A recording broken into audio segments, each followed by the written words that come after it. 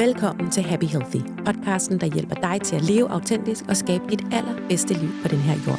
Her taler jeg med spændende eksperter og inspirerende mennesker for at udforske, hvordan vi kan styrke kroppen, skabe dybere kærlighed, trives i karrieren og tage vare på kloden. Se frem til episoder fuld af videnskab, refleksion, handling og sjælelig indsigt. Jeg hedder Julie Bovald, jeg er psykolog, stifter af Greenwich, og så har jeg brugt de sidste 15 år på at finde hjem i mig selv.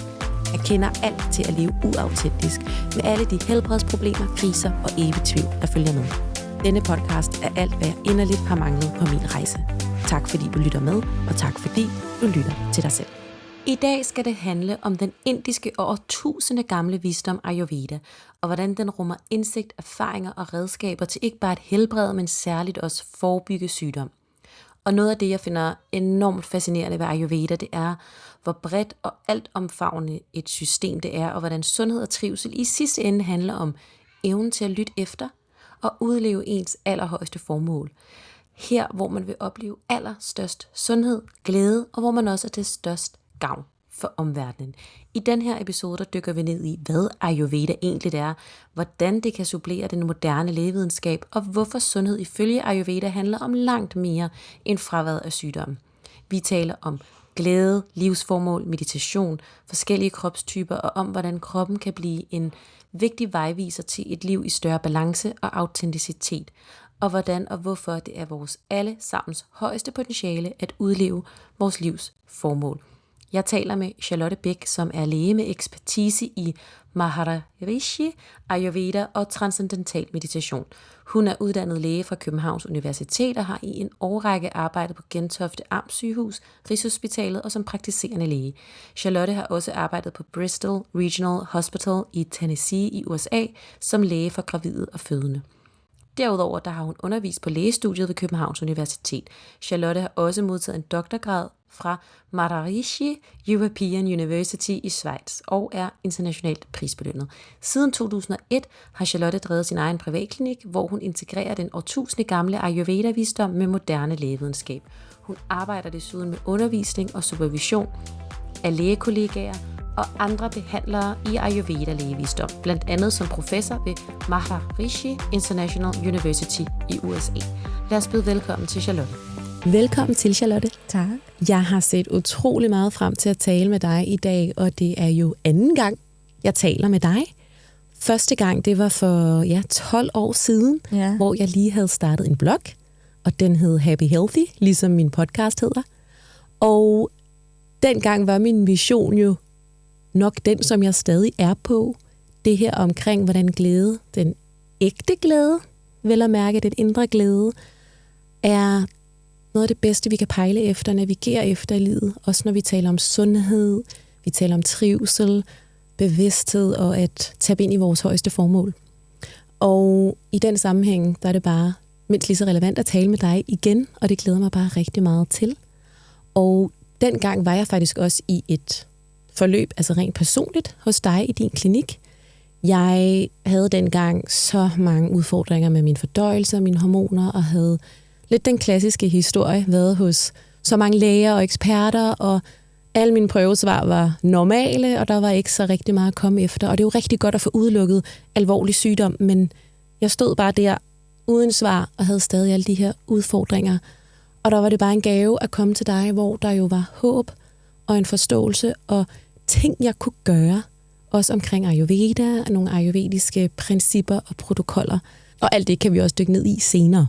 Så inden vi går i gang, Charlotte, der har jeg et spørgsmål, som jeg altid stiller mine gæster, og det er, hvad betyder det for dig at være autentisk og tro mod dig selv? For mig betyder det at handle ud fra næstekærlighedsprincippet. Det er sådan, jeg gerne vil behandle mine kursister, det er sådan, jeg gerne vil behandle mine patienter, fordi jeg vil gerne behandle andre, som jeg gerne selv vil behandles. Man kan sige, det er jo det grundlæggende i næstekærlighedsprincippet. Og det vil sige, at i alt, hvad jeg gør, så handler det om det. Det handler om at behandle alle med værdighed, med respekt, med empati, med forståelse, med rummelighed, men også ved at give dem en behandling, som virker for det første, og for det andet er skånsom og effektiv. Og det at være autentisk, det betyder også, at nu er jeg jo læge med ekspertise i Maharishi Ayurveda, Så det betyder også, at i mit liv, så er jeg autentisk i forhold til Ayurvedaen. Og det betyder blandt andet, at jeg har taget en lille ayurvedisk start med her. Og det vil sige, at i Ayurveda, så starter vi altid med at mætte sindet med skønhed. Så vi skal have noget smukt at se på, vi skal have noget smukt at dufte til, noget smukt at lytte til, og noget smukt at føle i hjertet. Ja. Og det starter vi med her, så vi skal have noget smukt at se på. Jeg har taget et lys med. Ja. Og det kan være, at du vil tænde det. Ja. Som studieverden her. Så tænder vi lige et fint lys her. Det var også hyggeligt. Ja, det er meget hyggeligt, og det er meget smukt. At tænde et lys er symbolsk på livets lys, som er tændt i alle mennesker, den dag vi blev født, eller endda i første tilstanden, som du selv har været inde på tidligere i nogle af dine andre podcasts. Hvert menneske indeholder et lys. Bevidsthedens lys, livets lys. Ja. Så kan der så være skyer for solen, og dem fjerner vi så på alle mulige forskellige måder, med Ayurveda blandt andet, men også alle mulige andre måder, psykologi og hvad vi ellers arbejder, selvudvikling og det med at arbejde med os selv. Men lyset repræsenterer livets lys. Ja. Så det tænder vi først, og så skal vi have noget smukt at dufte til, og jeg har taget forskellige olier med her, der dufter dejligt. Vi starter med den her. Det er en olie, som er en klassisk ayurvedisk blandingsolie, som virker imod stress. Som jeg får i hænderne nu? Den virker imod, ja. Så nu tager vi en dråbe i håndfladen, og så skal du gnide den ud i håndfladen, uden at få det på fingrene. Uden at få det på fingrene. Fordi hvis det havner på fingrene, så havner det i øjnene. Og de her olier er meget stærke. Ja. Kan du dufte noget allerede nu? Det dufter så godt. Så vi gnider ud i håndfladen, sådan. Og så kan du bare dufte ind fra håndfladen. Så den virker imod stress, den virker afslappende og afspændende. Så det er en dejlig start på dagen. Især når man lige sidder her i en podcast lidt op på dupperne, så er det godt lige at få lidt beroligelse. Ja, og så skal vi have noget smukt at lytte til. Og der plejer vi jo at bruge nogle ayurvediske lyde, så vi lige har et øjeblik med nogle behagelige lyde. Og de lyde, de handler om at være taknemmelig for livet og sundheden. Så det er også en følelse, man kan have. Så nu vil jeg gerne invitere lytterne, der er med, til at sidde bekvemt. Lukke øjnene.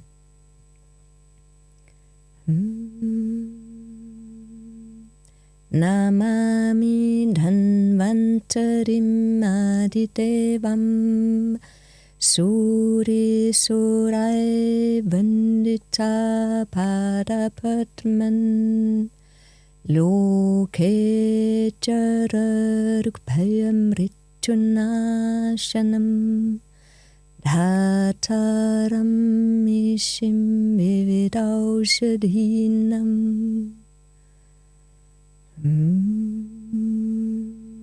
Shanti Shanti Shanti.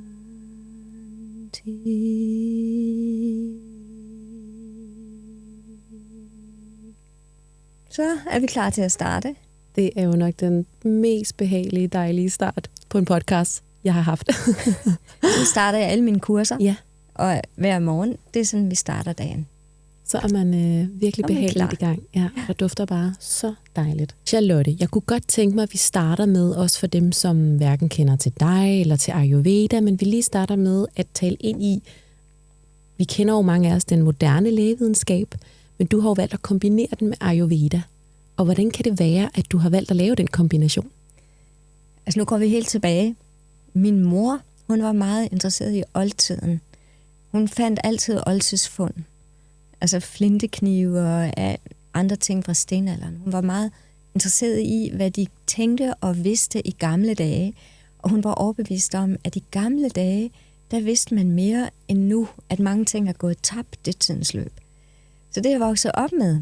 Og derfor så blev jeg interesseret i, hvordan kan vi komme tilbage i tiden. Og det betød, at jeg blev klassisksproglig student, hvor vi jo studerer det antikke Grækenland og læser teksterne på originalsproget. Der kom vi tilbage til Hippokrates og Galen og alle de der gamle læger, der var i antikken, som jo er grundlaget for moderne lægevidenskab. Fordi jeg tænkte, vi skal tilbage i tiden. Og da jeg så var færdig med det og færdig med gymnasiet, så fandt jeg ud af, at der var noget, der var endnu ældre, nemlig kinesisk medicin og akupunktur. Så jeg begyndte faktisk at læse kinesisk på Aarhus Universitet, og jeg blev uddannet inden for akupunktur. Der fandt jeg så ud af, at der var noget, der var endnu ældre, og det var så Ayurvedaen. Og så gik jeg i gang med det og læste først sanskrit og 2 bagefter kurser, postgraduate kurser i Indien, samtidig med min uddannelse og arbejde som læge. Og da jeg så begyndte at arbejde som læge, så var jeg jo lykkelig, kan man sige, på den ene side, fordi jeg kunne hjælpe mine medmennesker. På den anden side, så blev jeg mere og mere skuffet over, at vi ikke kunne gøre mere for at forebygge sygdom og fremme sundhed. Så på et tidspunkt, der tog jeg så et valg og sagde min gode stilling op, og så grundlagde jeg min kursusvirksomhed og min privatklinik, hvor vi arbejder selvfølgelig baseret i moderne lægevidenskab, men så supplerer med ayurvediske principper. Der er mange, jeg tror, der har hørt om Ayurveda, kender lidt til Ayurveda, og jeg var i hvert fald selv også af den overbevisning, at det handlede primært om sundhed og kost og så videre. Kan du fortælle os, også til dem, der ikke kender det, hvad er Ayurveda egentlig? Det kan jeg godt fortælle. Og nu vil du se, hvorfor jeg har taget den her lyserøde paraply med. Ja. Nu slår vi den lige op, hvis jeg skal finde ud af det. Sådan. Her har vi inde i midten, der hvor vi holder. Jeg ved ikke, hvad det hedder. Håndtag, tror jeg, man kalder det. Der kan nogle gange være sådan en smart en på. Det her håndtag, det kan vi godt sige, det er yogastillinger, og det er yogaøvelser. Alle kender yogastillinger og yogaøvelser, og så er der meditation. Der går vi så ind i den her. Det er kernen i yoga. Det er faktisk meditationen, så der går vi ind i selve den her, jeg ved ikke, hvad den hedder, men altså... Ja, stangen. På paraplyen. Men det, der så er interessant, det er, at her er mange mennesker, de er helt interesserede i det, men nu skal vi så op, og så kigger vi lige op en gang. Så er der en hel paraply deroppe. Det er Ayurvedaen. Det er simpelthen det overordnede sundhedssystem, som man kan sige, yoga og Ayurveda er kernen i. Og det vi kigger også, det er, at der er mange af de her stivere, der går ud. Og i Ayurveda er der 40 forskellige stivere. Og en af dem er kost, og så er der en, der er livsstil, så er der en, der er urter, der er en, der er urtemedicin, så er der en, der er lydterapi og lysterapi, aromaterapi og vandterapi og yogaterapi og så videre. Så vi har 40 forskellige aspekter, men igen, kernen i det, det er yoga, det er meditation, og især den ældste form for meditation, som hedder transcendental meditation. Det er det oprindelige. Det er jo en virkelig god måde visuelt at se det på, og hvor meget det faktisk indebærer Ayurvedaen. Og det viser også, hvad der sker, nemlig for mange, der dyrker yoga, eller har gået til yoga, de har været nede i håndtaget. Men nu begynder de at kigge op og opdage, der er jo hele det her sundhedssystem, hvor det hele stammer fra Indien. Når du anvender den moderne lægevidenskab og Ayurvedaen, hvad kan lægevidenskaben, som Ayurveda ikke kan, og omvendt? Hvor komplementerer de hinanden? Ja, det er jo et godt spørgsmål. Fordi svaret på det er, at vi skal kombinere det bedste fra 2 verdener. Moderne lægevidenskab har fordele og ulemper. Ayurveda har også fordele og ulemper. Der er ikke nogen sort-hvid, det er ikke et spørgsmål om enten eller, det er et spørgsmål om både og. Så vi tager det bedste fra moderne lægevidenskab, det er den evidensbaserede tilgang, som jo er virkelig, virkelig stærk i moderne lægevidenskab. Det er kirurgien, avancerede kirurgiske procedurer, evnen til at behandle alvorlige sygdomme og håndtere patienter og hele sygdomsvæsenet, sundhedsvæsenet. Og så har vi Ayurveda på den anden side, som er i virkeligheden primært til forebyggelse og sundhedsfremme, og til at få et længere liv, et lykkeligere liv. Og alt det, du siger i starten, happy, healthy, det er simpelthen det, Ayurveda handler om. Så det bedste er at praktisere ud fra moderne lægevidenskab, og så supplere med de elementer fra Ayurveda, som er fornuftige, evidensbaserede, og som giver mening i den sammenhæng. Nu nævner du også evidens. Hvad har vi af forskning og evidens bag Ayurveda? Altså, det er også et godt spørgsmål. Og i Ayurveda har vi faktisk 3 niveauer af evidens.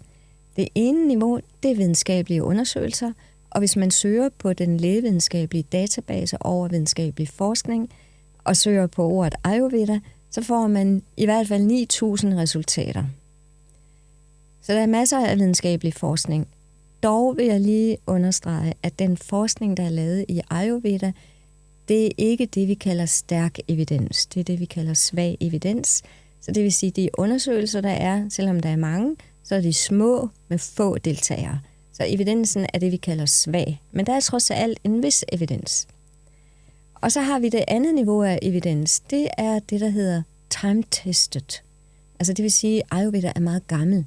Så mennesker har brugt det i tusindvis af år og testet det af ved at bruge det igen og igen og igen i tusindvis af år i generationer. Og det er der så også kommet faktisk et direktiv om i EU tilbage i 2004, hvor man siger, at evidensen kan basere sig på lang tids anvendelse og tradition. Og der står faktisk også, at hvis noget kan baseres på lang tids anvendelse og tradition, så er det faktisk ikke nødvendigt med videnskabelige undersøgelser. Og det er jo her, Ayurveda har sin stærke side, fordi det er ikke bare gammelt, det er verdens ældste sundhedssystem. Og så er der også et tredje niveau af evidens, det er nemlig klientberetninger. Det vil sige, at der er mennesker, der personligt oplever det i deres eget liv, og de har glæde af det. Ja, så der er evidens bag Ayurveda, især når du siger allerældste tradition. Ja. I din klinik, hvor du kombinerer de her to størrelser, hvilke problematikker kommer dine klienter typisk med? Mange af dem, de kommer typisk med det, som de kommer til en praktiserende læge med.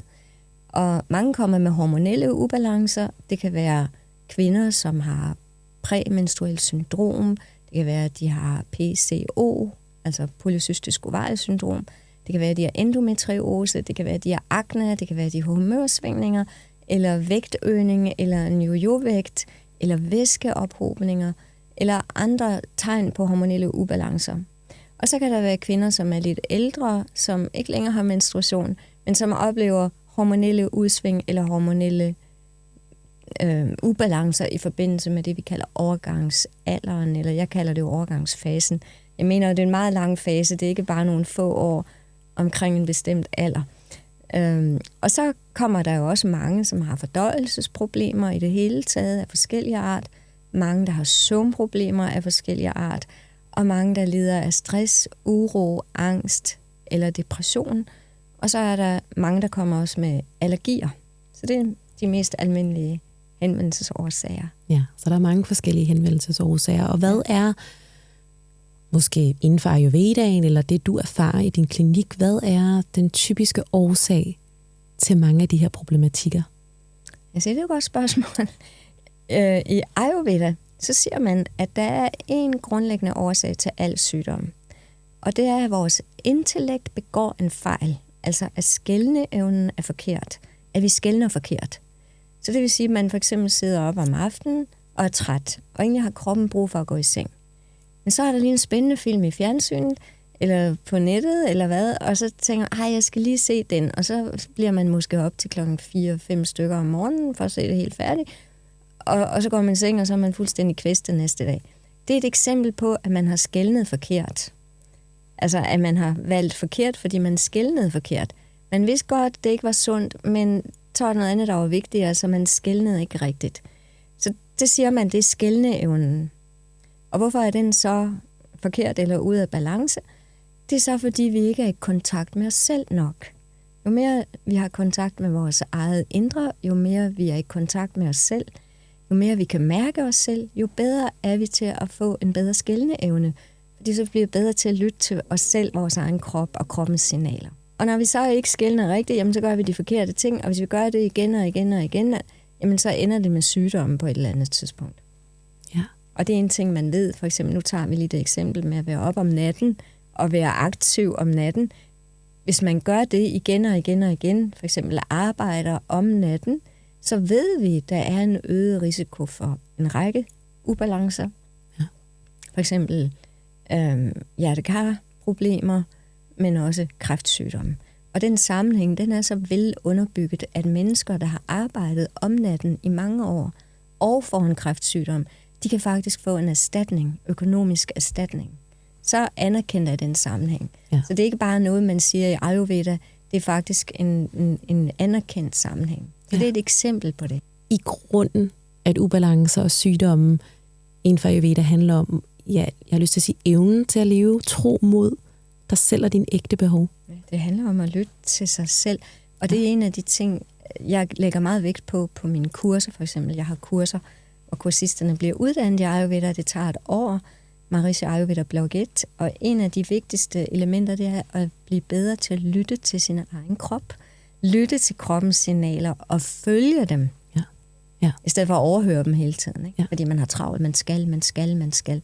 Præcis, og det lyder jo umiddelbart simpelt, men det er rigtig svært. Og især også fordi, de fleste af os, vi er jo vokset op i en kultur, hvor vi har ikke lært værdien af det, og vi har ikke lært, hvordan vi lytter.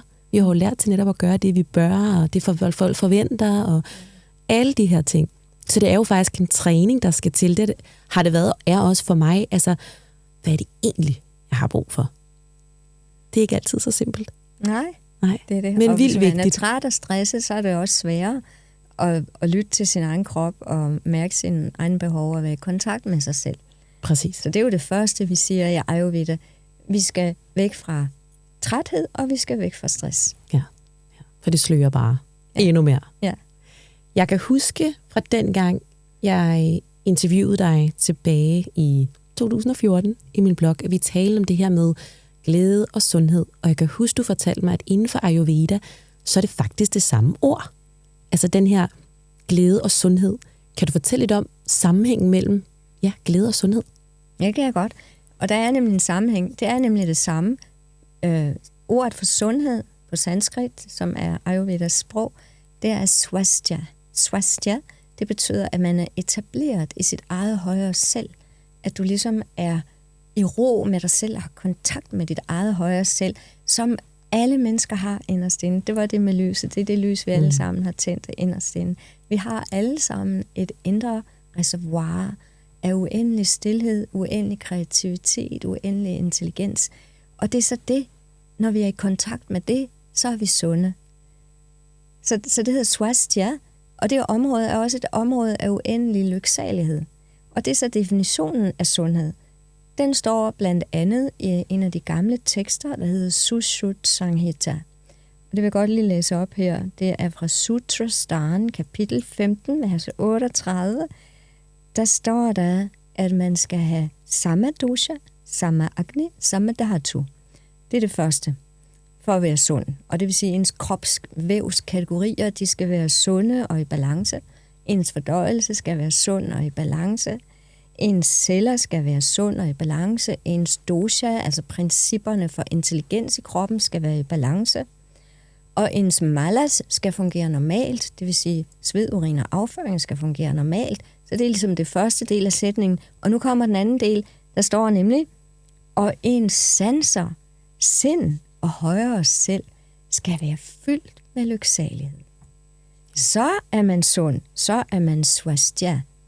Det står i teksten. Det er jo så fint og smukt. Og jeg synes, det er en ret spændende snak, fordi den her podcast, som jo på mange måder handler om autenticitet og selvudvikling, og det kan belyses på mange måder, men der er flere, der har spurgt mig allerede, fordi der jo også er et ben i den her podcast, der handler om den mere fysiske sundhed. Og der er netop flere, der har spurgt, jeg kan da godt leve tro mod mig selv, jeg kan da godt tabe ind i noget selvudvikling, uden jeg behøver at spise sundt, og uden jeg behøver at bevæge mig på den ene og den anden måde, og hvor det sådan, det hænger sammen. Det er jo svært. Jeg føler jo både, at for at være tro mod sig selv, alt det arbejde, det også kan kræve at forstå sig selv, både psykologisk og kropsligt, og der kan være blokeringer og frygt og så meget støj på linjen. Det kræver også, at man passer på sin krop, fordi det kræver energi, det kræver overskud. Så der er jo også noget i, at kroppen skal støtte det arbejde, samtidig med, at kroppen jo er et spejl på, hvor glad du er, hvor meget du trives, hvor meget du er i balance.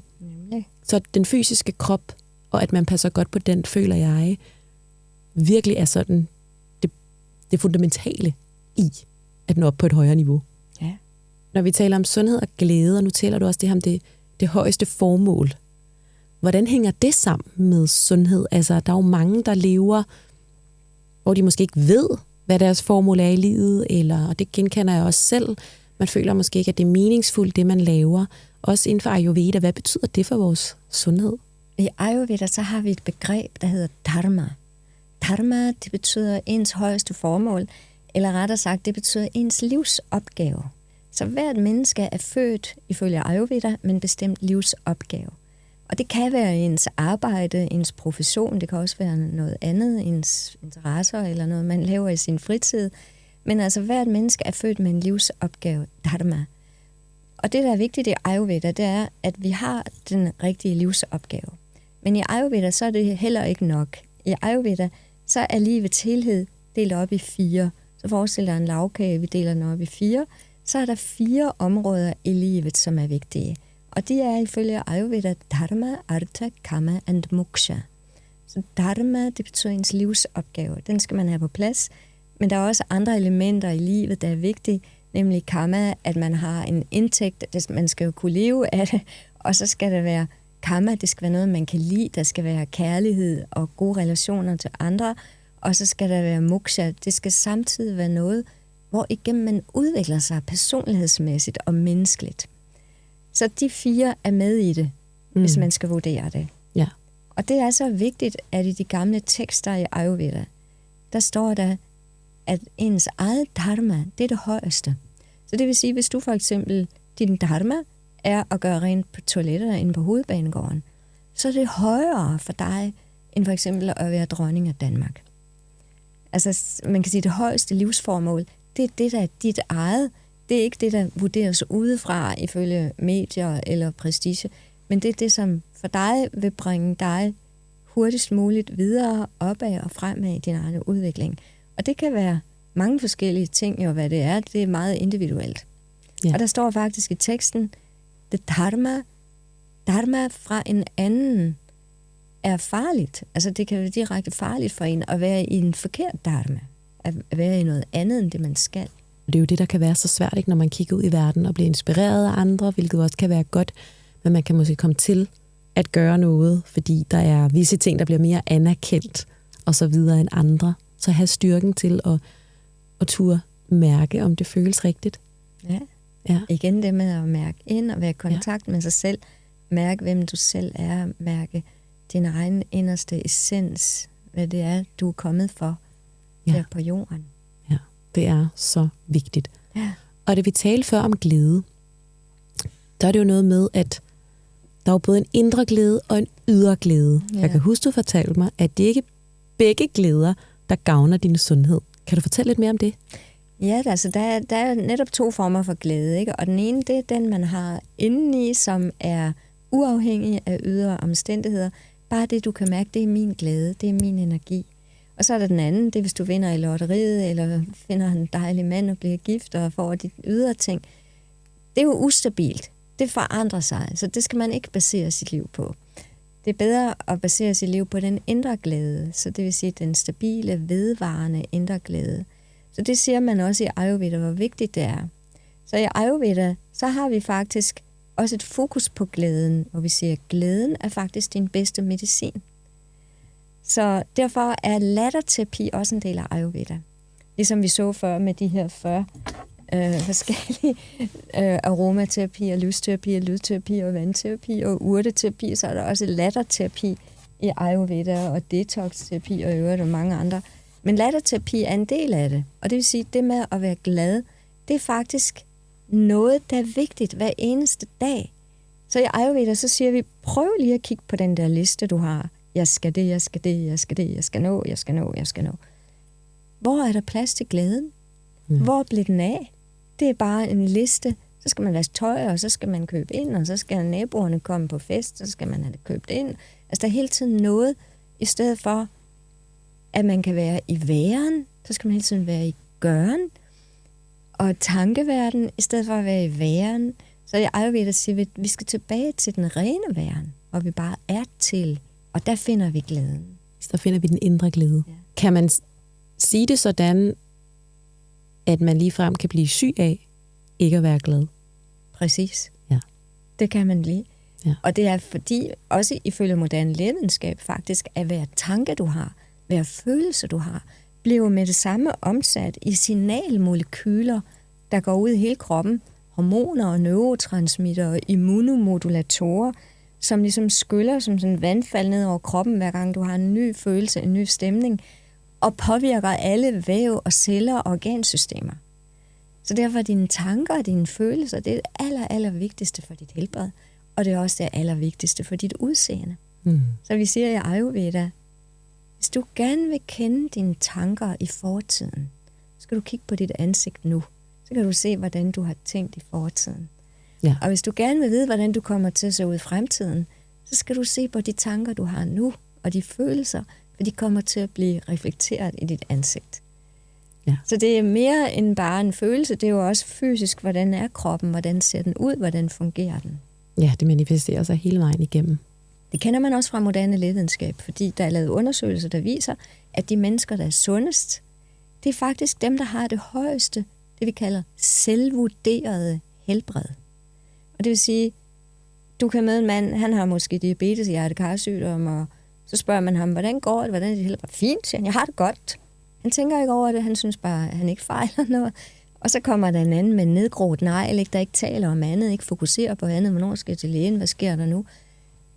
Og at de to, selvom den ene fejler noget alvorligt, og den anden ikke, så den, der tænker positivt om sit eget helbred, den, der vurderer sit eget helbred bedre, det er den, der kommer til at leve længere. Det er tankevækkende. Det er meget interessant. En hurtig pause. En gang der kæmpede jeg rigtig meget med min fordøjelse og mine hormoner. Den gode nyhed er, at jeg er fri for alle symptomer i dag. Det blev jeg, da jeg egentlig lyttede til dem, i stedet for at bekæmpe dem. Det har indebåret kropslig terapi, at gå ind i en ubearbejdet sorg og frygt, og også et hav af grøntsager. Hele den proces blev starten på min virksomhed Greenwich, som laver økologiske grøntsagssmoothies og grønt grød leveret til døren. Hver flaske indeholder 60% af dagens grønt og under et stykke frugt. Jeg startede virksomheden, fordi jeg savnede en nem løsning, der kunne sikre mig dagens grøntsager og den energi, som healing og selvudvikling kræver. Du kan få 20% på din første ordre med koden HAPPYHEALTHY på greenwich.dk. Det her er en reklame for egen virksomhed, og nu tilbage til episoden. Jeg får også lyst til at dele, det var også lidt den tid, jeg var hos dig i et personligt forløb også. Jeg havde netop haft mange udfordringer med mine hormoner og fordøjelse, og var røget meget ind i den der, det skal fikses på den ene og den anden måde, jeg skal gøre det her, jeg skal gøre det her, jeg skal gøre det her. Og så var jeg tror, vi har talt også om det dengang, hvad med bare at gøre det, du har lyst til? Og jeg kan huske, jeg var sådan pludselig, gud ja, nu skal jeg spise alt det der, og træne alt det der, og sådan noget. Nu gør jeg bare, hvad jeg har lyst. Nu tager jeg 3 uger, hvor jeg prøver at smide alt væk, og bare spiser, eller bevæger mig, eller gør, hvad jeg har lyst. Og de 3 uger var jo nok det mest helende, jeg længe har oplevet. Det også derfor, jeg begyndte at tænke, okay, den her blog skal hedde Happy Healthy. Og det var bare sådan en åbenbaring for mig, fordi jeg tror hurtigt, man kan komme ned i alt muligt, jeg skal gøre. Jeg skal huske at spise det ene og det andet, og vi skal jo også passe på vores sundhed. Men det må jo bare ikke gå derhen, at det dræber, at vi lytter, eller glæden, eller nydelsen. Og det kan være en ret svær balance nogle gange, når vi hører om alt det andet hele tiden. Ja, og det hører man hele tiden om alt muligt andet, der er større og bedre og mere fantastisk. Og præcis, så skal du bare spise det her, så bliver det godt, og det her, så gør det din hud smuk, og det er jo glæden. Så går det andet nok, hvis du virkelig er ægte glad. Ja. Når vi taler om Ayurveda, så er der også en forståelse omkring, at vi er forskellige, og der bliver også talt om de her forskellige kropstyper. Kan du dele lidt om, hvad det er, og hvad det betyder? Det kan jeg godt. Der er forskellige lag. For det første så har vi en kropstype, som er kroppen generelt. Der er 10 forskellige kropstyper.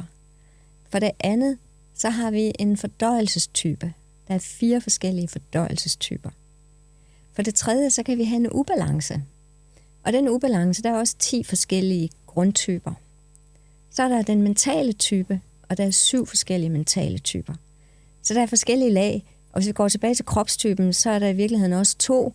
Fordi der er den, vi er født med, den dag vi blev født, og så er der den, vi er nu, som ikke er det samme, som da vi blev født nødvendigvis. Så derfor så skal man faktisk analysere alle de her forskellige områder, for at få et nuanceret og komplekst billede, og for at man meget præcist, kan hjælpe den patient eller den klient, der kommer. Ja, for hvad betyder de her typer? Har det noget at gøre med, hvordan vi skal spise og tænke? Eller? Ja, det har det. Alle de her forskellige typer, jeg lige har nævnt, 7 og 10 og så videre, de baserer sig på det, der hedder de 3 dosha. Vata, Pitta, Kapha hedder de.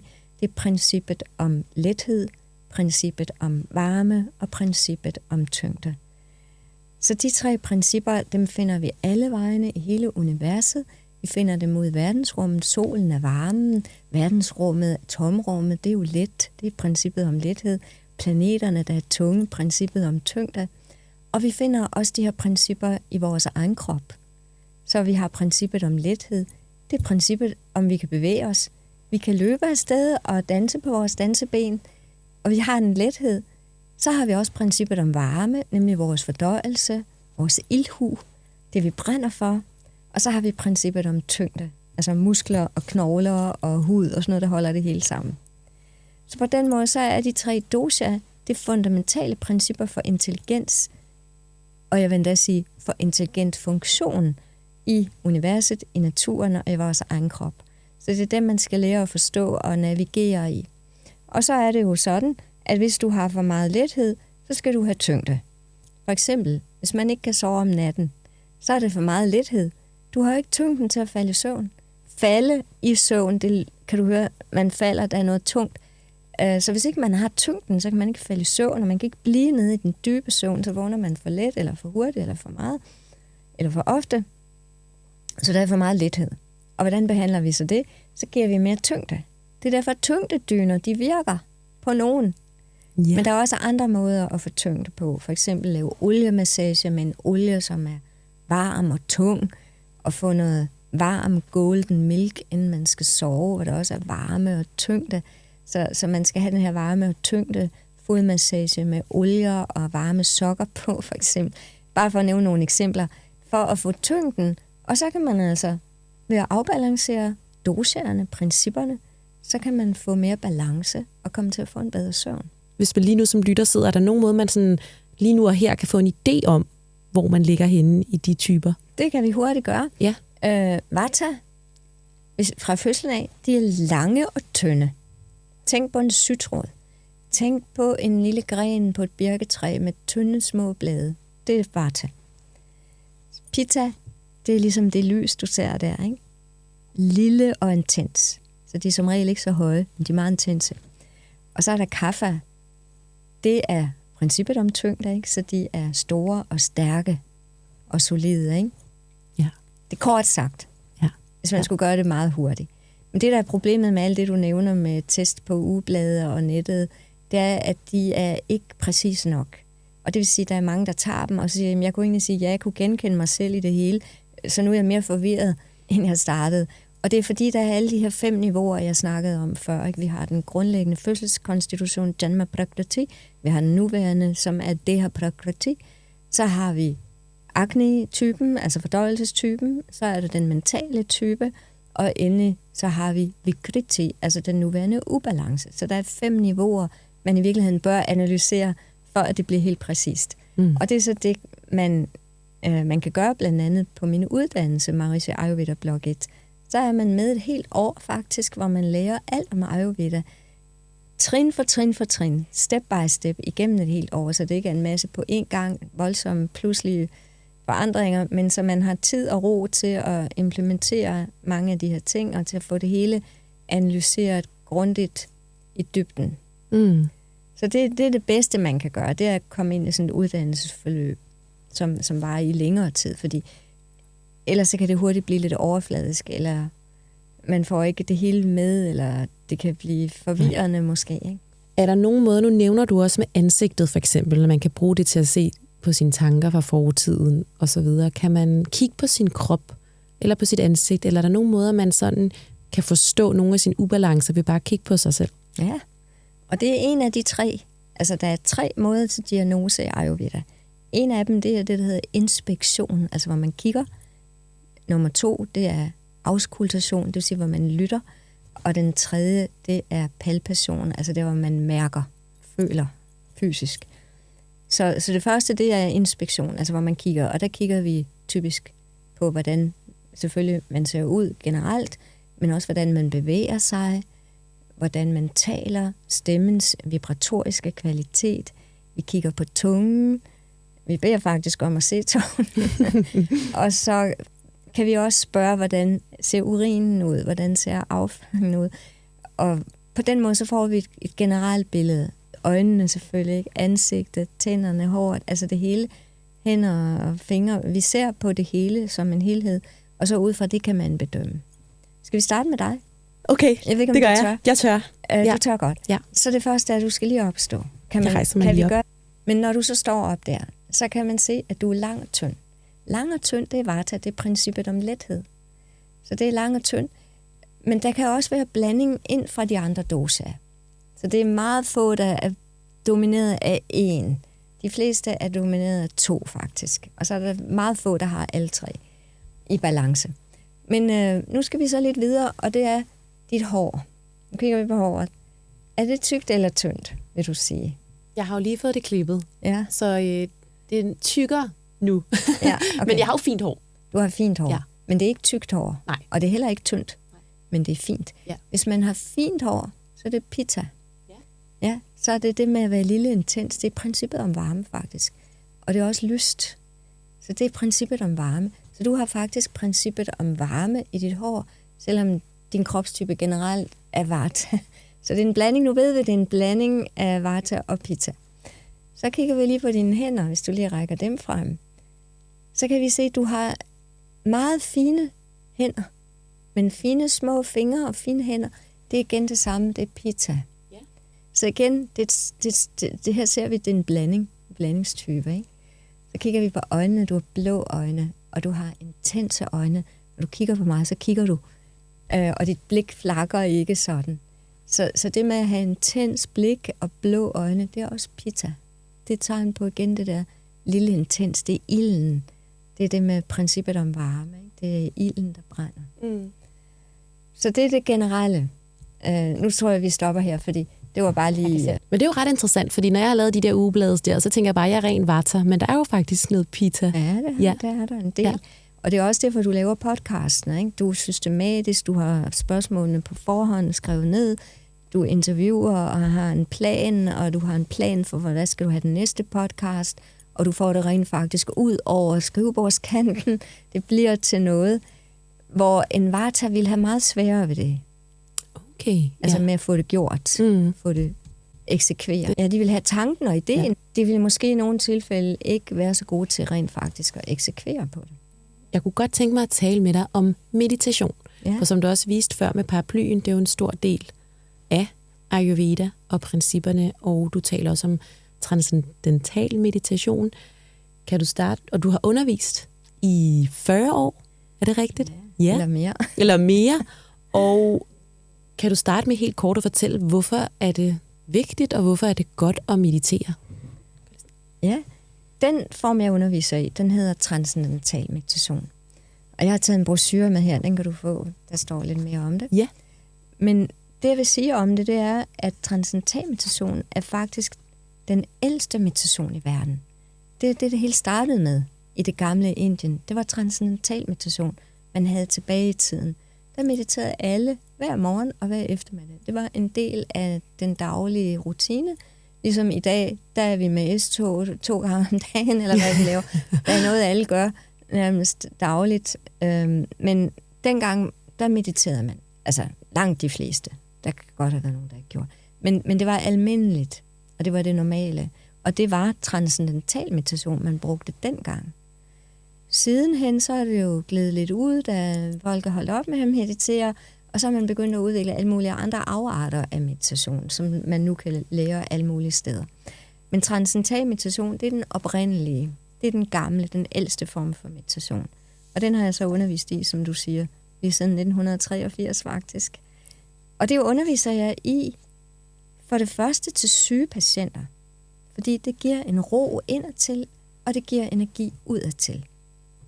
For det andet så underviser jeg også raske og sunde mennesker, fordi det giver også effektivitet, det giver klarhed i sindet, det giver en øget kreativitet, en bedre intuition, bedre forhold til andre, en højere intelligens og mere succes i ens liv.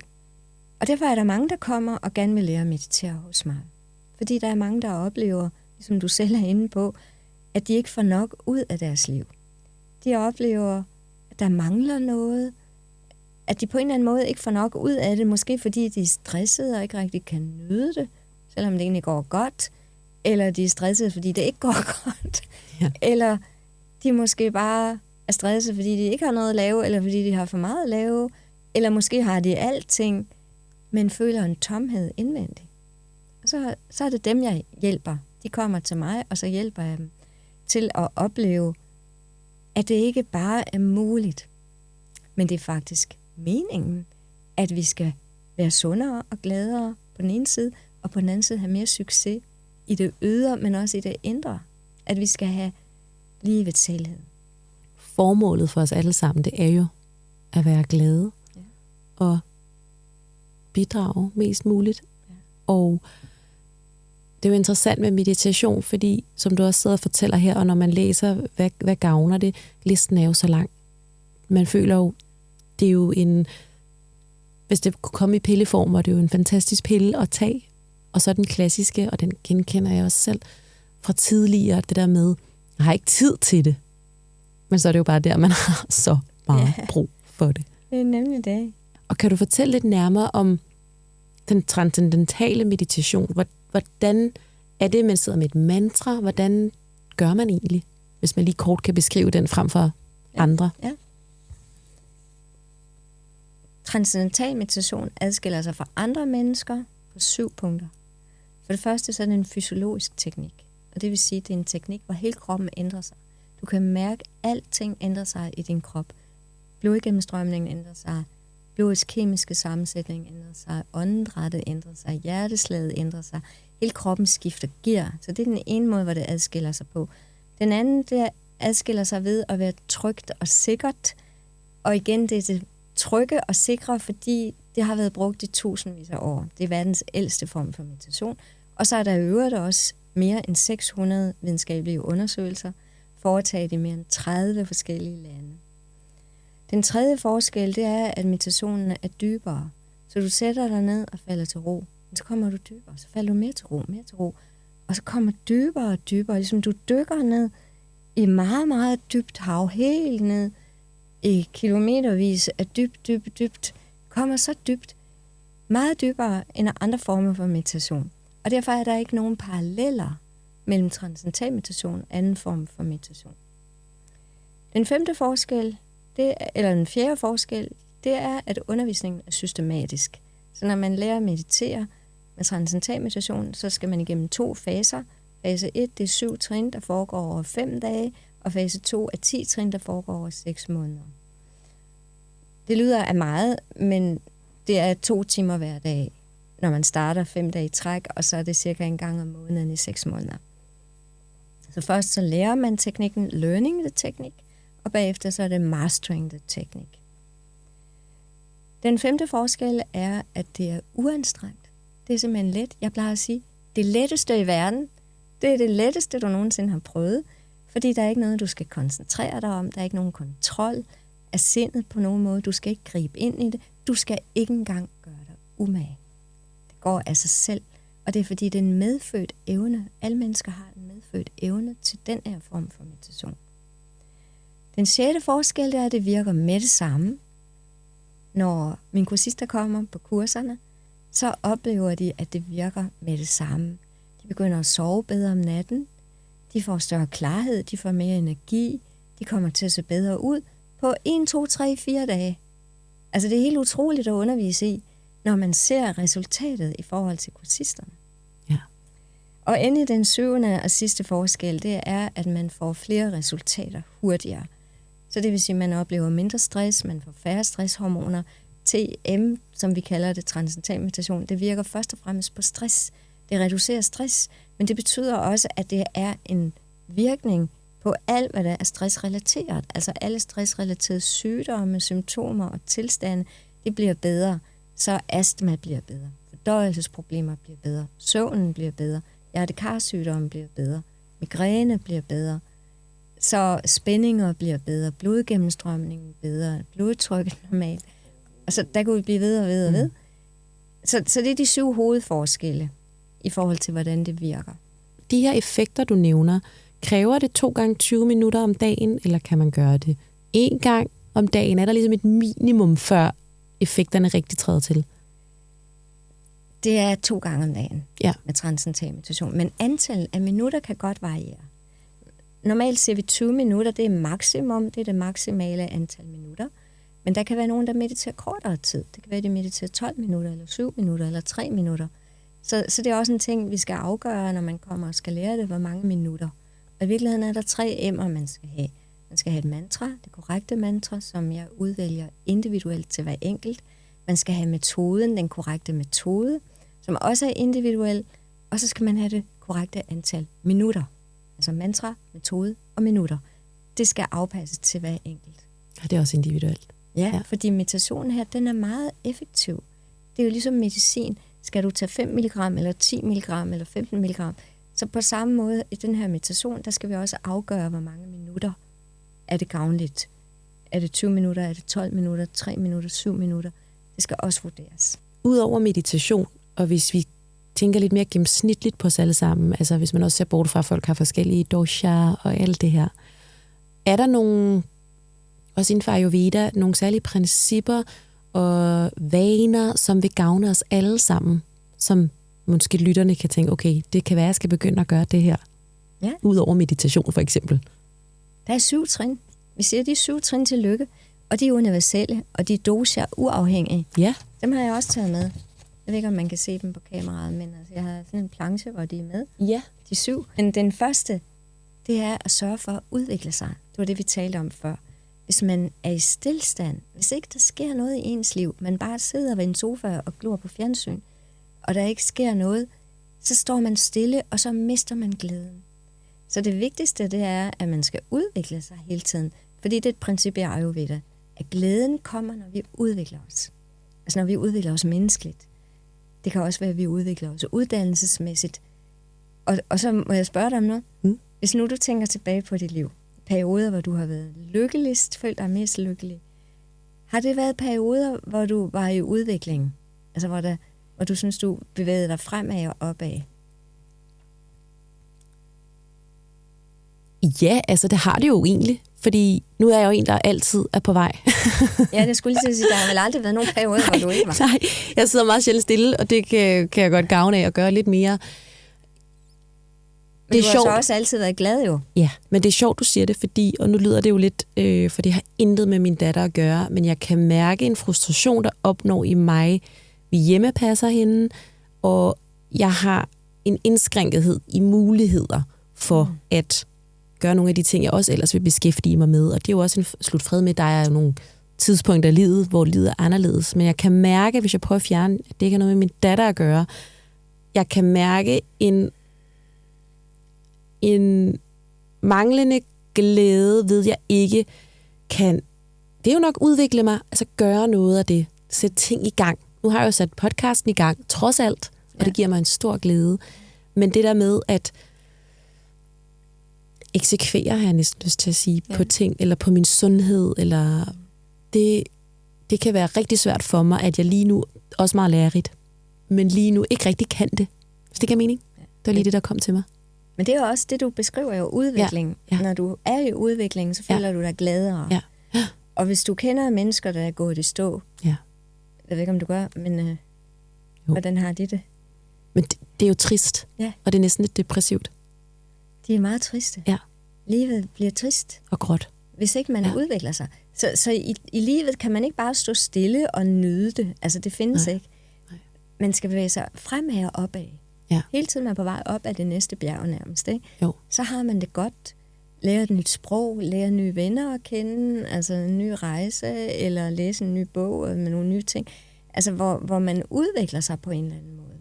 Det er vejen til glæden. Det er nummer 1, og det gælder alle, uanset kropstyper og fordøjelsestyper. Nummer 2. Lys og varme. Altså, man skal sørge for at tænde lyset, som jeg sagde før. Kom ud i solen, få sollys tidligt om morgenen, kom udendørs, få frisk luft og tidlig morgenlys. Det giver også glæde, og det er der lavet undersøgelser over, at morgenlyset lige efter solopgang, det er det bedste til glæden. Og der kan man jo så holde en solferie om vinteren, eller hvad, ikke? Ja, for hvad gør vi her hjemme, når der er så lidt varme og så lidt lys? Er der noget, vi kan gøre, eller er det bare vigtigt så at sikre alle de andre punkter? Så tænder vi lys. Vi tænder lys, brændeovnen, stearinlys. Rigtig lys. Og så skal vi ud. Ja, rigtig lys, ikke LED. Nej. Og så skal vi jo ud i det tidlige morgenlys, også selvom vi ikke kan se solen, Ja. selvom der er skyer, det at komme ud i det lys, der er om morgenen, den frekvens af lys, de stråler, der er, det er vældig gavnligt, og det påvirker os faktisk. Det har forskningen vist, forskningen ved Rigshospitalet, som viser, at når vi får det tidlige morgenlys, så er der mindre stress og depression, og vi er mere modstandsdygtige over for stress. Ja. Punkt nummer 3, det er motion. Altså det skal vi have dagligt. Vi skal have frisk luft. Gerne udendørs motion, frisk luft. Nummer 4, det er en sund kost. Og i Ayurveda, så siger vi, hovedmåltid, det skal man have midt på dagen, når man er i gang med tingene. Og ikke om aftenen, efter det hele er slut. Man skal have det inden, så en god morgenmad, en god frokost. Og så er det bedst med varm, frisklavet. Og du har jo noget grøntsagssmoothie der, det er frisk. Frisk lavet, ikke? Med alle mulige friske grøntsager. Ikke noget gamle levninger og sådan noget. Så det med at have frisk lavet mad, og vi anbefaler også vegetarisk mad. Altså ikke vegansk, men vegetarisk. Det næste, det er nummer 5, det er bolig. Bo i en sundhedsfremmende og lykkebringende bolig. Så det vil sige, der skal være rent, der skal ikke være skimmelsvamp, der skal være rent og pænt og ryddet op, og luft og lys, og gerne også det, vi snakker om før, altså vastu. Det er det gamle indiske. Det er en af stiverne her. Nu tager vi lige på paraplyen. Det er en af de 40.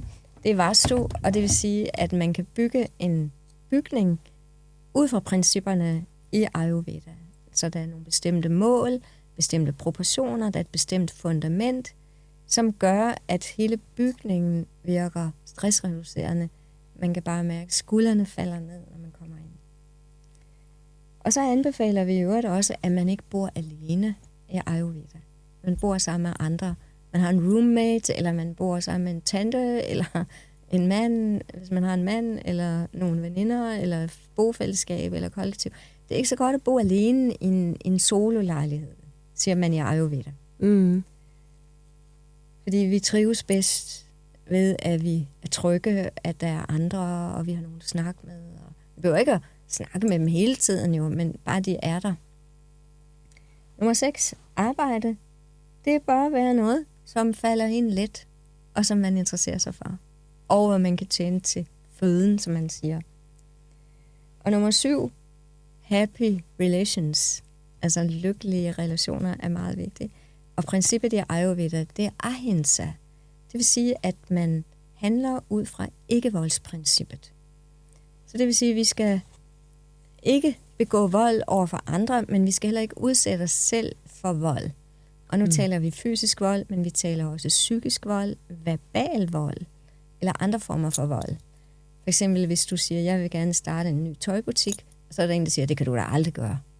Det er jo vold, kan man sige. Det får du lukket ned, du får ødelagt med det samme, med dine ord. Så der er også verbal vold. Og der siger man så i Ayurveda, lad være at udsætte dig selv for det, så hellere være sammen med nogle andre mennesker. Så man vælger nogle relationer, som er positive og som støtter en.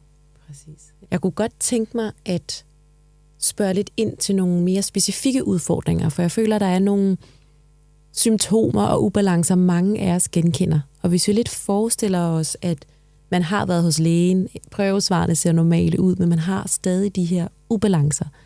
Og man så ud fra din erfaring og de ayurvediske principper kan kigge lidt ind i, om der er noget, der kan gavne. Hvis nu nogle af lytterne sidder med nogle af de her udfordringer. Og den første, jeg tænker på, det er netop omkring fordøjelsen med forstoppelse og oppustethed. Hvad kan det typisk være et udtryk for, og hvad kan vi gøre? Så nu er jeg rigtig glad, fordi du siger, at nu har de været ved lægen. Fordi det første, vi gør i Ayurveda, det er jo at sige, gå til din egen læge først og få den gængse behandling, og så kan vi supplere med Ayurveda, hvis der er behov for det. Hvis man har oppustethed, forstoppelse, problemer med fordøjelsen, så er det et vata-problem. Så siger vi, det er fordi, der er for meget lethed.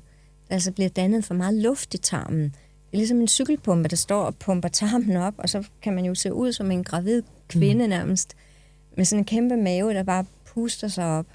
Og det er luftdannelse. Så det vil sige, det er for meget vata. Så det man skal gøre, det er så det modsatte. Det er princippet i Ayurveda. Det hedder Samanya Vishesha Siddhanta. det betyder doktrinen om lige og ulige. Så det vil sige, hvis der er noget af en slags, så skal man tage det modsatte, for at få det afbalanceret. Det var det, vi snakkede om før med søvnen. Og det samme gælder her. Nu har vi altså for meget luftdannelse i tarmen. Det skal vi have nedbragt. Og det vil sige, at vi skal altså til at finde noget, der går imod det her princip om lethed. Og det bedste er at starte, inden man spiser noget, at man så gør et eller andet for at nedbringe den her luftdannelse.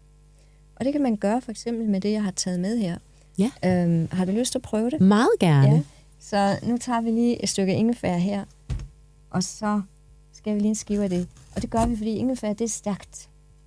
Ingefær, det er stærkt, og det er det modsatte af lethed. Vi skal lige have vi skal have nogle dråber citronsaft på. Og det her, det er så noget, du tager inden maden. Ja. Vi skal også lige have et drys salt på. Ja. Og så får du den her serveret. Den kan du så lige tygge på, og så ved jeg ikke, om du kan sige noget bagefter, fordi det er meget stærkt. Så jeg får en skive helt frisk ingefær med citronsaft på og noget groft salt på. Groft salt. Det kan man nemlig tygge, inden man skal spise. Og når du tygger det grundigt, inden du skal spise, så får du mere varme i hele din fordøjelse. Fordi ingefær, det er stærkt, så det giver varme. Den sure citronsaft, den giver også varme, og saltet giver også varme. Jeg mærker varmen i hele munden. Det er virkelig stærkt. Det smager godt. Ja. Jeg elsker ingefær. Og det er godt. Så det kan man tage inden maden. Man lige tygger det der, lige inden man skal spise, fordi så har man fået det, inden man spiser. Og så har det også den virkning, at det stimulerer fordøjelsen på den måde, at der bliver dannet flere fordøjelsesenzymer, flere fordøjelsessafter, flere fordøjelsessyre hele vejen ned igennem. Så nu er den klar, din fordøjelse, til du kan spise noget. Ja. Og så har vi jo den her lækre smoothie, den kan du så tage. Så kan man jo drikke den bagefter. Den kan man så tage bagefter. Fra Greenwich, kan jeg se. Den kommer lige fra, præcis. Med gulerod, hvidkål og havtorn. Det er jo et meget simpelt lille trick, som du anbefaler, man gør. Ja. Og så når man er færdig med at spise, så kan man gøre noget lignende. Så tager man en skive ingefær, citronsaft ligesom før, men så honning på til eftermaden. Og så tygger man det efter maden. Okay. Så det hjælper også til at stimulere fordøjelsen. Ja. Det er et godt tip, som man må tage med, hvis man har de udfordringer. Ja. Og hvad med træthed? Træthed i Ayurveda, det siger vi, det er mangel på søvn, mangel på næring, og det er både psykisk næring og fysisk næring, der kan give træthed. Så hvad skal man gøre ved det? Man skal sørge for at prioritere sin søvn. Så det allerførste, man skal ind og arbejde med, det er søvnen.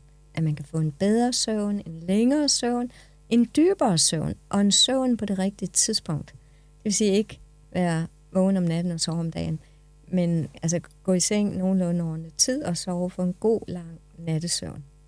Er der nogle særlige tidspunkter, det er bedre at gå i seng på og stå op på end andre, eller handler det om mængden af timer?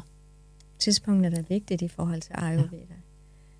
Og der ved jeg ikke, om vi skal komme ind på alle de specifikke tidspunkter, men det generelle, jeg plejer at sige, det er, man kan i hvert fald starte med at gå i seng lidt tidligere, end man plejer. For eksempel 20 minutter tidligere. Så det er mit råd til de fleste. Gå 20 minutter tidligere i seng, end du plejer, i nogle uger. Når så har gjort det nogle uger, og det er stabilt, så kan man gå 20 minutter tidligere i seng i nogle uger, og så videre. Og så kan man på den måde komme lidt tidligere i seng. Ja. Hvis du starter med at være natteravn klokken 1, okay, så kan du langsomt rykke det lidt tilbage. Ja. Og jeg taler jo med rigtig mange mennesker, jeg har jo rigtig mange kursister, der kommer og har de her udfordringer med søvnen. Og de siger næsten alle sammen, at når de kommer efter klokken 11, så vågner de op igen og bliver friske. Så kan de ikke sove. Så man skal ikke efter den tid, fordi så sker der altså en indflydelse. I Ayurveda så siger vi, at det er en indflydelse af pitta, altså en indflydelse af varme, lys og energi, der kommer faktisk efter klokken 10 begynder det, og så øges det frem imod midnat og slutter klokken 2 om morgenen. Så hvis man er vågen der, så kan man blive endnu mere vågen. Ja. Så derfor er det bedst at sørge for at komme i seng, inden det der boost af kosmisk energi kommer, ifølge Ayurveda. Ja. Er der et optimalt tidspunkt at gå i seng på? Kan man sige det, eller er det meget individuelt?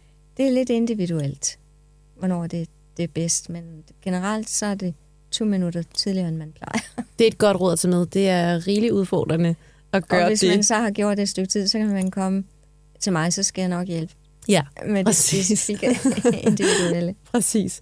Og hvad med hudproblemer? Hudproblemer, det kan være mange ting, men 2 vigtige kategorier. Det ene, det er hormonel ubalance, og det andet, det er nedbrydningsprodukter. Så det kan være nedbrydningsprodukter, der kommer ud gennem huden i stedet for med afføringen og urinen. Hvis ikke det kommer nok ud med urin og afføring, så kan det altså komme ud gennem huden, fordi kroppen skal af med det. Og så kan man få alle former for udslæt og problemer med huden. Så det er den ene måde. Og den anden, det er så hormonelle ubalancer, som kan gøre, at ens hud bliver måske rød, eller akne kan der også komme. Og der kan være forskellige, der kan være plamager i ansigtet, det der hedder kloasma, for eksempel i forbindelse med graviditet, og i forbindelse også med overgangsalderen, og mange kvinder får også pletter i huden.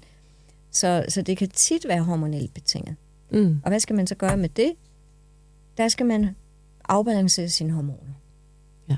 Og der er altså 2 kategorier, nemlig kvinder, der har menstruation, og kvinder, der ikke har menstruation. Og skal vi lige se på den? Ja, jeg har skrevet en bog. Her bog her. Yes, en og af den er bøger. rød, og Ja. det er menstruationsfarven. Den har jeg skrevet til kvinder, der har menstruation. Og den hedder Unlock the Secret Power of Your Period. Og den handler om, hvad man egentlig skal gøre med sin menstruation, ayurvedisk set. Og når man følger det, så kan man altså opleve, at ens akne bliver bedre, ens endometriose bliver bedre, ens polycystisk ovarie-syndrom bliver bedre, ens præmenstruelle syndrom bliver bedre, at man får en mere stabil vægt, at man ikke får væskeophobninger, at ens humør bliver stabilt glad, og man ikke svinger så meget. Alt det kan man altså opnå, når man følger det her program. Det er det ayurvediske program til hormoner i balance for kvinder, der har menstruationer. Og vi kalder det ayurvediske menstruationsprogram. Det er noget bestemt, man spiser, og noget bestemt livsstil, som man følger de første 3 dage af menstruationen. Så lige snart man ser, nu kommer der noget blod ud, så der starter man den dag, og så 3 dage følger man bestemt kost og livsstil. Og så kan det normalisere sig med ens hormonbalance. De piger, der følger det, de siger simpelthen, de kan simpelthen se på deres akne. Hvis de følger det 100%, så er det 100% væk. Hvis ikke de er så gode til at følge det, de snyder lidt med det der, hvad de skal, så er det ikke så meget væk. De kan simpelthen direkte se en sammenhæng, hvor godt de følger det, hvor mange procent, og så hvor mange procent altså akne er bedre. Det lyder meget interessant. Den glæder mig til at dykke ned i. Må du beholde. Det er en gave til dig. Den er jeg så glad for. Tak, Charlotte. Den glæder mig meget til at læse. Der er fagbilleder på alle siderne. Ja. Den er også, men nu skal vi lige tilbage til det andet. Hvis man har hudproblemer af andre årsager, det vil sige nedbrydningsprodukter, der kommer ud gennem huden, så skal man tage detox. Så har vi i Ayurveda en række forskellige detox, vi arbejder med. Og det er blandt andet noget, vi arbejder med på min uddannelse, der hedder Maharishi Ayurveda Blok 1, hvor man lærer 4 forskellige slags detox-kurer i løbet af det år, man er på uddannelsen. Så det er noget af det, man også arbejder med i Ayurveda. Ja. Og har det også noget at gøre med fordøjelsen, eller er det sådan en mere det har noget at gøre med fordøjelsen, ja. Absolut. Ikke? Ja. Fordi det er jo, når det ikke kan blive fordøjet og komme ud med afføring af urin, så kommer det ud gennem huden. Ja, og vi er jo tilbage til det, vi også talte om tidligere, ikke? Altså at udseendet, og det handler ikke nødvendigvis om skønhed, men den har jo en signalværdi, ikke? Til hvad er det, vi skal kigge på, hvor det vi skal prøve at skabe balance. Nemlig. Og hvad med, nu nævnte du det også lidt før i sammenhæng med cyklus og så videre, men hvad med væskeophobninger? Væskeophobninger, det kan godt skyldes hormonelle forandringer, men det kan også skyldes problemer med hjertet eller problemer med nyrerne. Så det skal man have afklaret, og det er derfor, jeg var så glad lige før, da du sagde, at man skal først gå til sin egen læge, og så kan vi supplere med Ayurveda. Fordi der kan man så finde ud af via egen læge, hvad er det, der er problemet. Har man noget med hjertet, har man noget med nyrerne, eller er det hormonelt? Og hvis det så er hormonelt, så igen, så kan man følge det ayurvediske menstruationsprogram. Og hvis man ikke længere har menstruationer, så kan man følge det ayurvediske program for menopausen. Ja. Så der er ting at gøre. Ja. Og den sidste, jeg vil spørge om, det er jo en meget bred kategori, og vi har talt lidt om den, men stresssymptomer. Ja. Hvad hvad er det bedste, vi kan gøre, når vi føler os stresset, hvis man kan konkretisere det lidt og generalisere lidt? Jamen, det kan man godt. Det allerbedste, man kan gøre, det er faktisk at lære transcendental meditation. Ja. Som jeg tager den her brochure med. Ikke? Jo. Og det er, fordi transcendental meditation, det virker imod stress, og det virker i løbet af få minutter. Altså i løbet af få minutter, så kan du afkoble hele stressresponsen. Og komme et sted hen, hvor du kommer hjem til dig selv, tilbage til din egen inderste kerne, og slapper fuldstændig af, og får det ligesom en lille kattekilling, der ligger i solen, en solplet. Og sådan vil man gerne have det. Afslappet.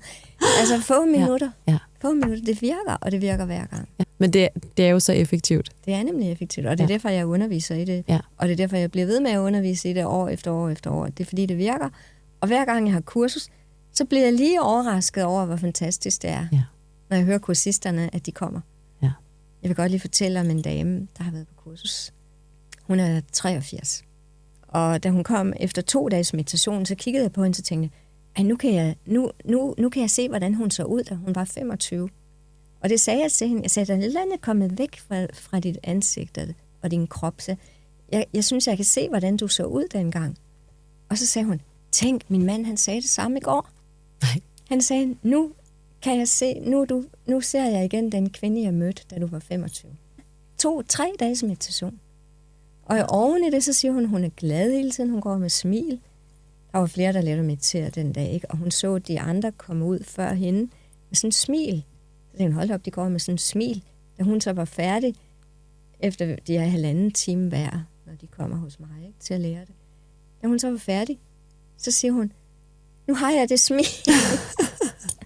Det er TM-smilet. Ja, altså, der kom et smil frem på læben, og øjnene begynder at stråle, og huden skinner, og altså, jeg kan kort sige det som, at mennesker begynder at stråle. Hvad er det virkelig? Ja, og det er jo den indre glæde, du også taler om før, ikke? Og den ro og afslapning, som jo manifesterer sig i alt i kroppen.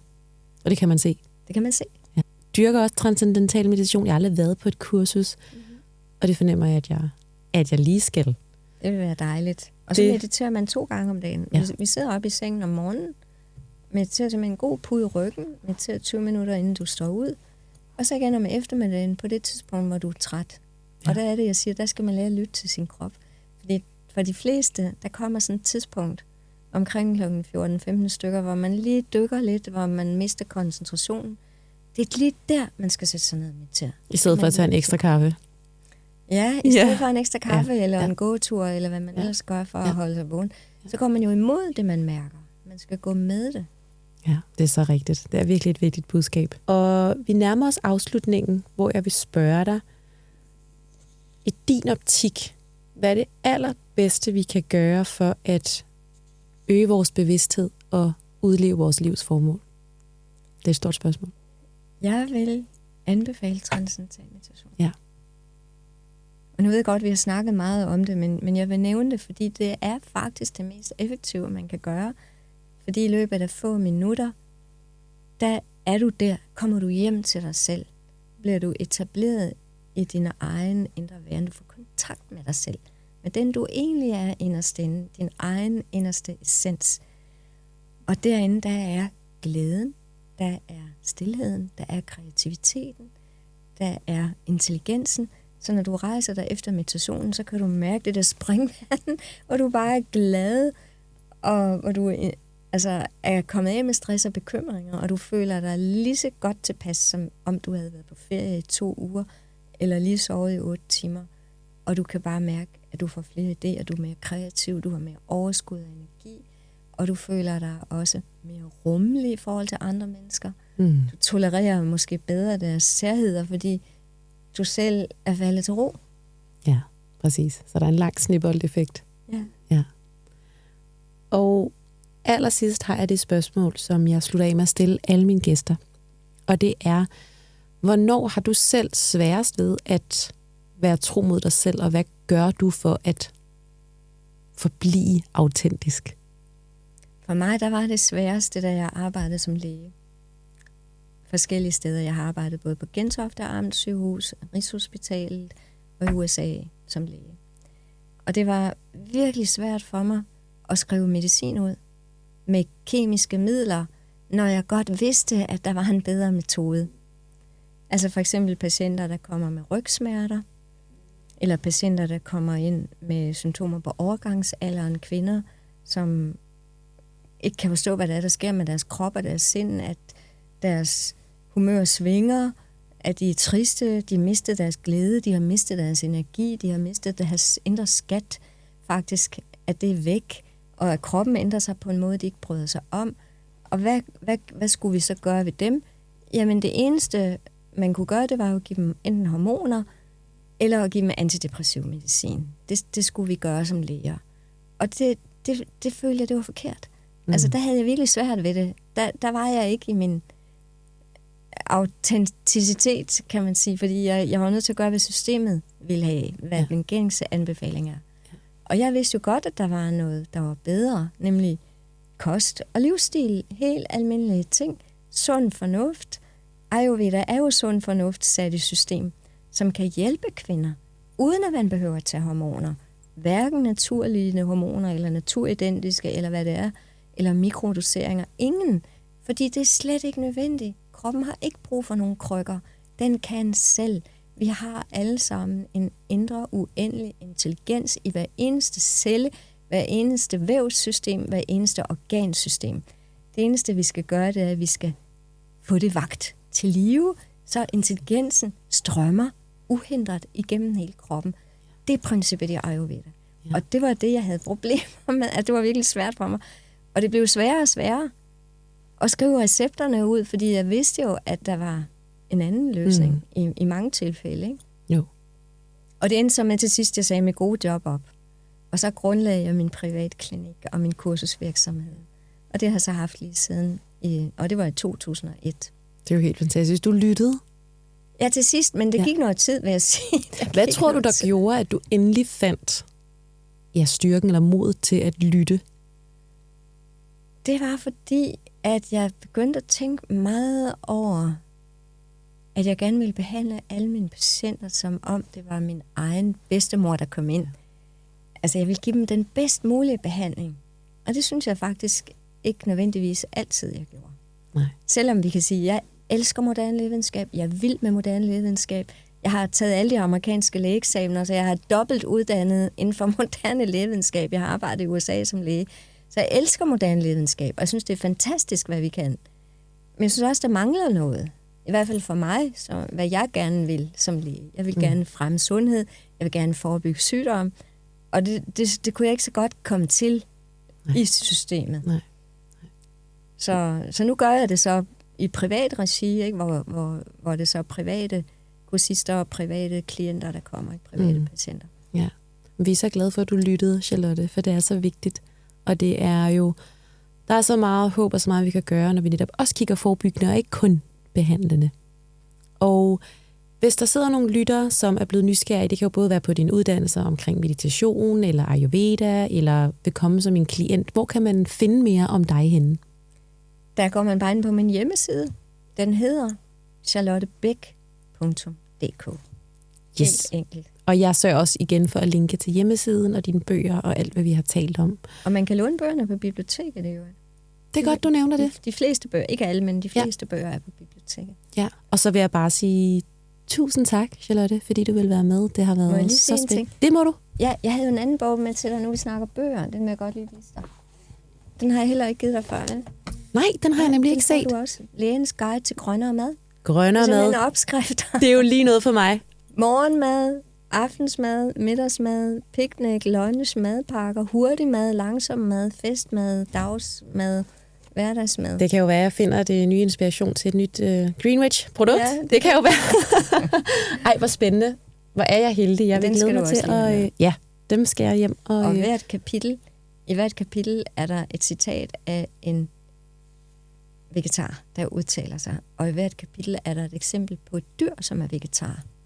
En ko for eksempel er vegetar, en giraf er vegetar, en elefant er vegetar, et rådyr er vegetar. Jeg bliver også uddannet i dyreriget. Ja. Så det er lidt sjovt, at der er det med i bogen. Ja, jo. Tusind tak, Charlotte. Og tusind tak, fordi du vil være med. Det har været så spændende, og det er jo nogle utrolig vigtige budskaber og en kæmpe stor påmindelse om, hvor vigtigt det er, at vi passer på os selv, men også for, at vi kan opnå den her glæde og udleve vores højeste formål, hvor vi kan opnå størst trivsel og størst sundhed og være til størst mulig gavn.